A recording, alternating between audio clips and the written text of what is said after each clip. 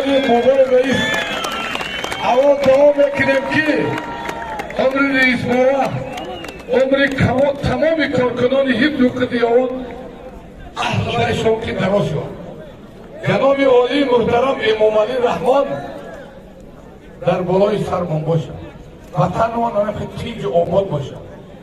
ورزش چقدر بابای رئیس گفتی تمام دوستی خلقها را یک جایی میکنه. ولی من پروردگار همین بابای رئیس حاصل بکاره دارو نوزده حاصل خودش دوبینای براید. دعا کنه در حق رئیس که 10 سالها ورزش در استادیون همه کسی خداوند عمر بابای رئیس دراز شد.